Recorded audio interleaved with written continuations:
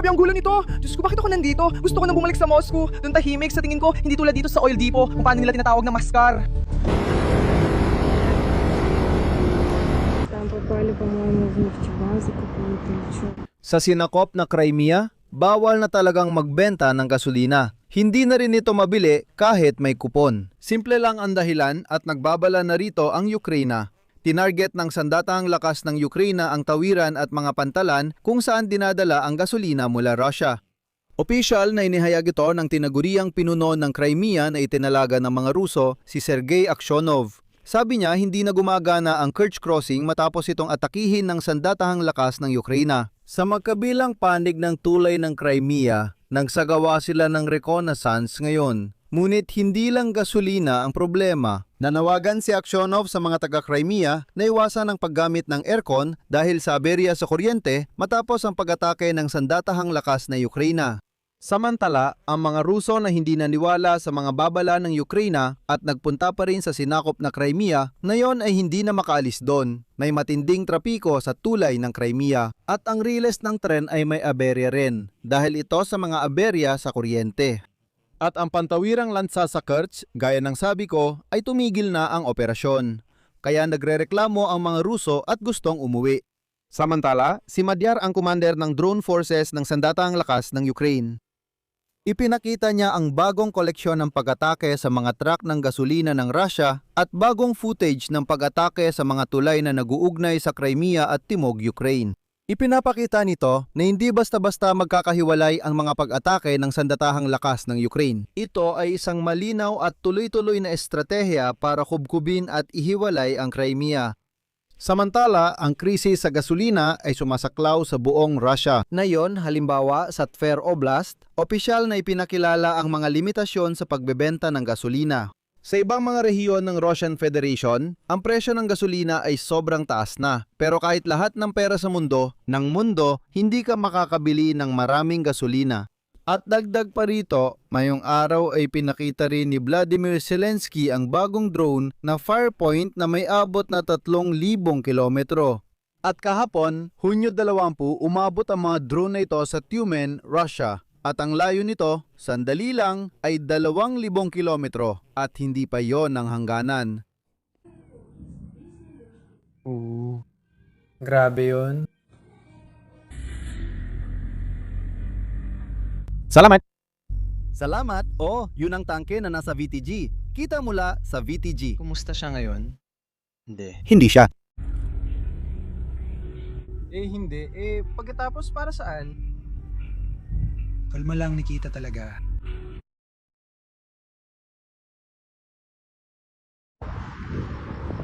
Там попали, по-моему, в нефтебазу какую-то или что. Просто всю ночь.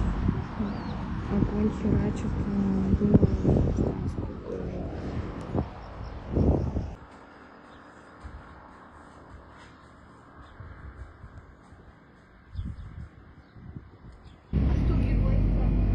Mga subtitle ni Di Matorso. Ginawa mga subtitle ni Di Matorso.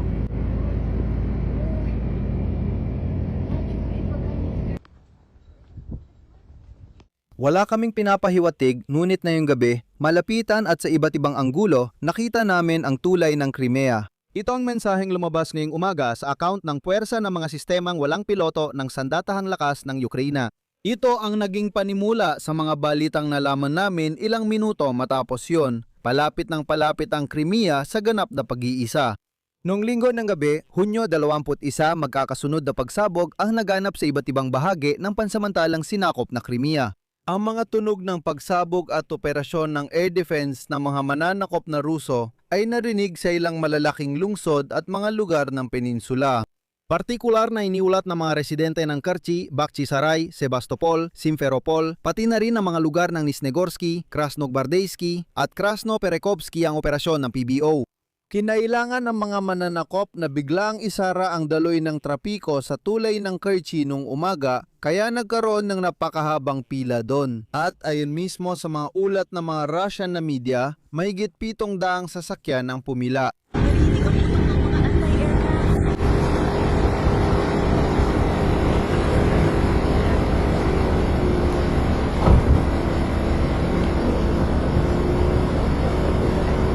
Dahil sa pag-atake ng drone, nagkaroon ng malaking sunog sa lugar ng Kerch na pantalan at tinamaan ng lokal na terminal ng gasolina. Kalaunan, sinabi ni Pangulong Volodymyr Zelensky ng Ukraine na noong gabi ng Linggo, tinamaan ng mga sundalong Ukrainian ang mga target ng militar ng Russia sa magkabilang panig ng Crimean Bridge, 300 kilometro mula sa frontline.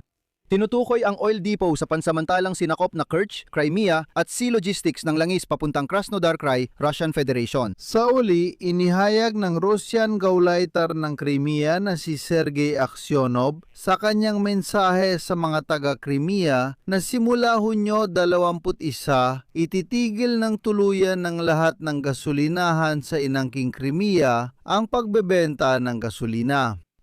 Naubusan ng gasolina ang Crimea kahit sinabi ni Vladimir Putin sa mga Ruso na ayos at ayon sa plano ang lahat. Ang mga pag-atake ng Ukrainian drone sa oil refinery ay parang kagat ng lamok. Mabilis din natutugunan ng mga Ruso ang epekto nito. Ngayon, magbibigay ako ng sipi mula kay Aksyonov.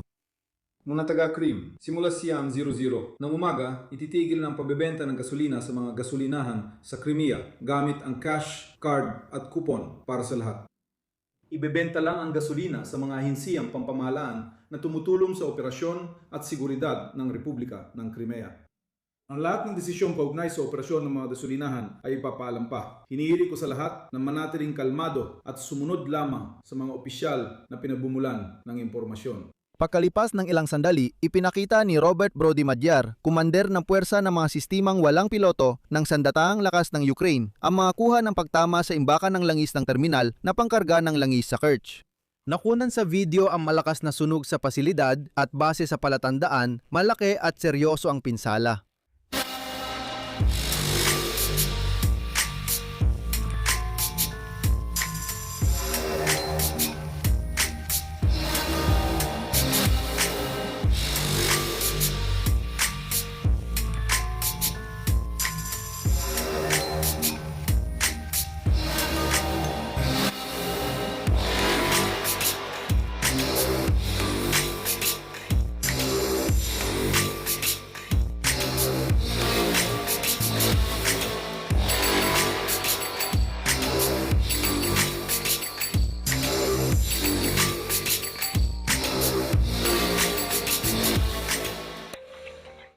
Kalaunan, lumitaw pa ang mas maraming detalye. Sa oil depot ng Kerch Commercial Port sa Tamanskaya Street sa sinakop ng Russia na Kerch, sumiklab ang isang sunog. Ang oil depot ng Kerch Port ay matatagpuan sa wala pang 1 kilometro mula sa lugar kung saan ang tinatawag na Crimean Bridge ay kumokonekta sa baybayin. Ginagamit ang pasilidad sa pag-iimbak at paglilipat ng petrolyo sa Kerch Strait gaya ng masut at diesel fuel. Isa rin itong fuel terminal. Ang terminal ay nagsusupply ng gasolina sa mga barko at tumutulong sa ferry crossing na Crimea-Kavkaz. Ngunit sa baybayin din ng Russia ng Kerch Strait, nasunog din ang Port Kavkaz. Ang port na ito ay nagseserbisyo sa mga ferry ng sasakyan at tren. Sa huli, lahat ay tumigil at ngayon ay umiiyak ang mga Ruso dahil hindi na talaga sila makaalis ng Crimea. Papunta kami sa istasyon ng tren. Hindi ito tren istasyon. Di namin alam kung nasaan kami. Puro bato lang. Grabe, sobrang gulo nito. Diyos ko, bakit ako nandito? Gusto ko nang bumalik sa Moskva. Anong itong managuho na to? Gusto ko nang bumalik sa Moskva. Ulitin natin. Pagkatapos ng mga atake ng sandatahang lakas ng Ukraine, wala ng gasolina sa Crimea. Wala talaga. Kahit may kupon, kahit may QR code, kahit may koneksyon o padrino at iba pa, wala talagang gasolina.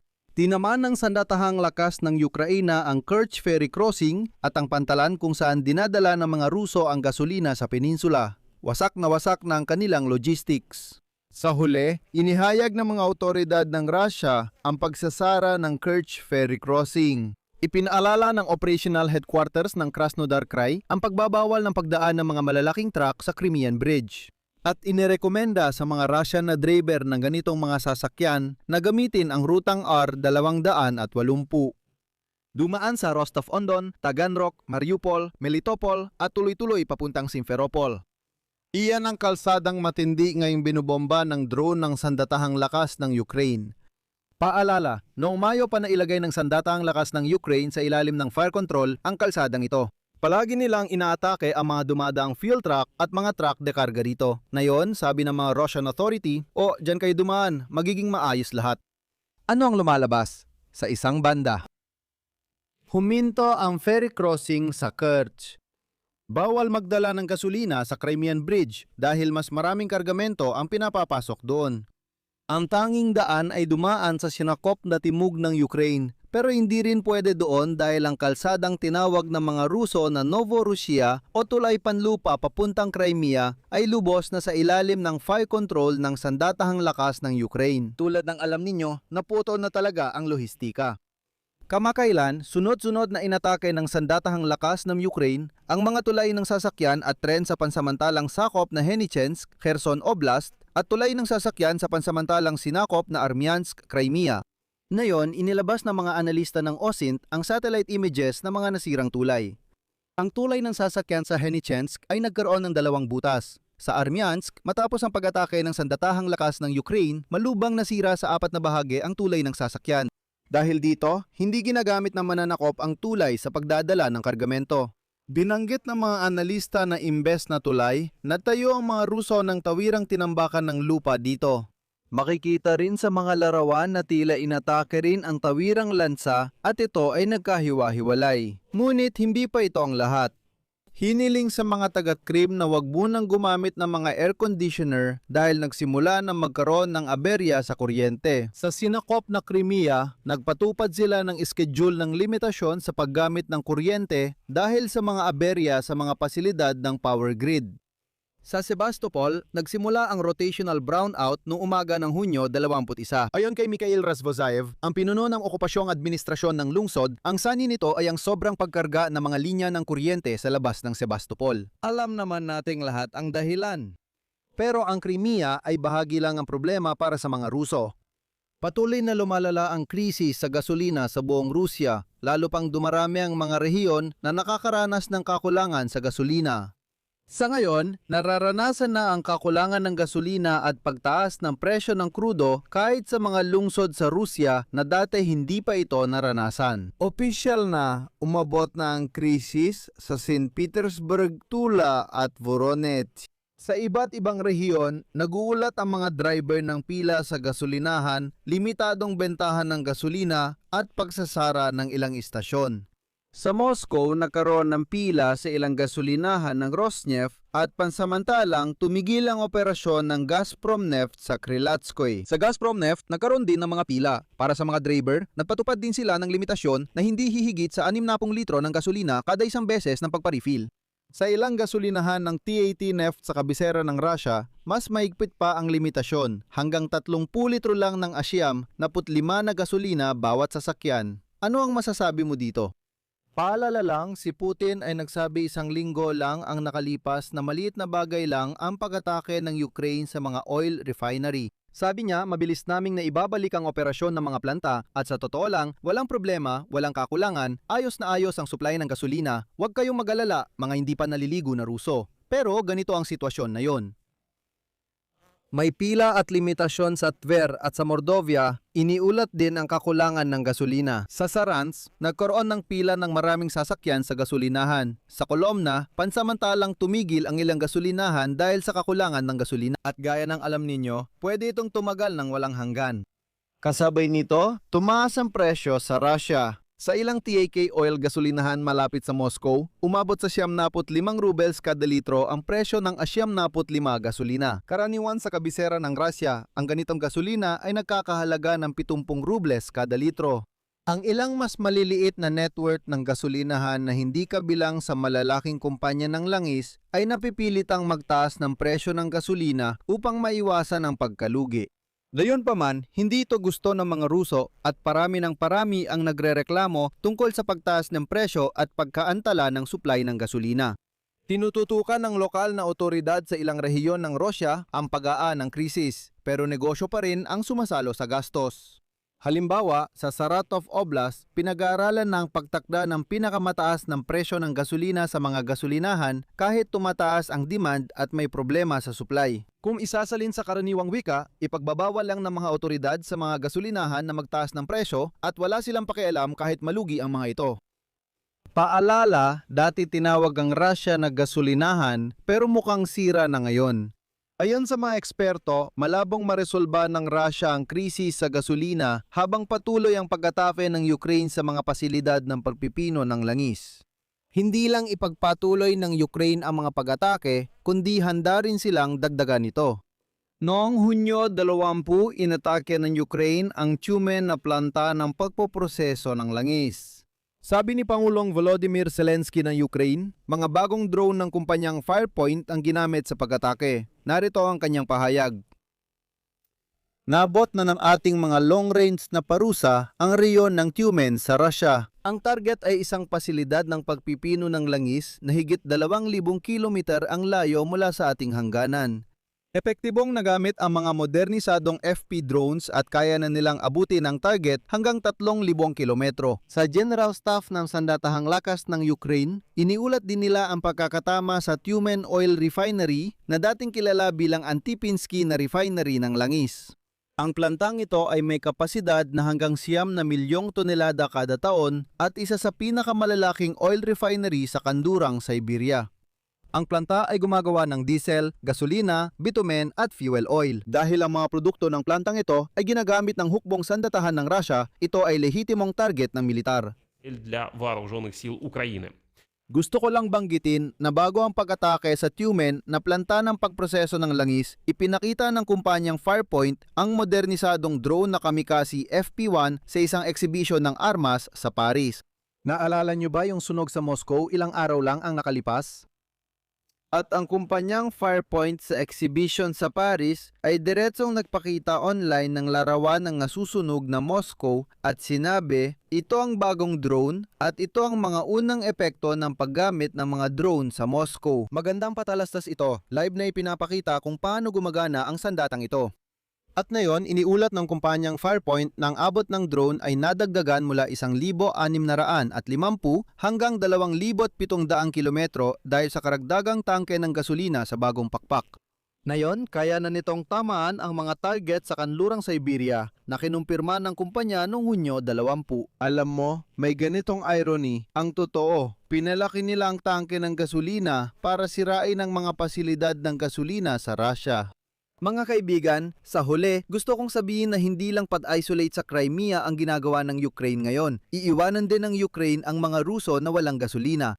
Mga Ruso na palagi nagsasabi, magyelo ang Europa kung walang gas mula Russia, mamamatay ang Europa doon kung walang langis mula Russia at kung ano-ano pa. Ngayon, napunta sila sa sitwasyon kung saan ang Ukraine na gusto nilang i-demilitarize ay nagbibigay ng napakalalakas na atake sa kanilang mga oil facility at wala silang magawa tungkol dito. Tulad ng ipinakita ng mga huling pangyayari, kahit sa Moscow ay lumilipad ang mga drone at ang palpak na Russian air defense ay hindi man lang kayang pabagsakin ng mga ito. Dito ako maglalagay ng tuldok. Isulat ninyo ang inyong opinion at mga konklusyon sa mga komento sa ilalim ng episode na ito. Mag-subscribe kayo sa channel, pindutin ang kampanilya at huwag kalimutang mag-like.